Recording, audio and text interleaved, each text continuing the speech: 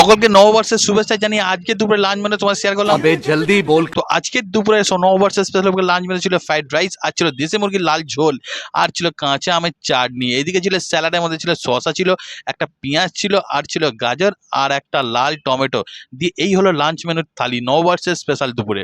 তো প্রথমেই আমি লাঞ্চ মেনুতে যেটা ফ্রাইড রাইস ছিল সেটাকে একটুখানি প্লেন ভাবে খেয়ে দেখলাম, খেতে বেশ ভালোই হয়েছিল, ভেজিসের পরিমাণটা অনেকটাই ছিল। তারপরে নিয়েছিলাম লাল দেশি মুরগির ঝোলটা, রাইসটাকে ভেঙে নিয়ে তার উপরে ডাললাম, লাল লাল করে রাইসটাকে মাখিয়ে নিয়ে বড় সড়ো বাইট দিলাম। এরপরে মাংসটা খেয়ে দিলাম।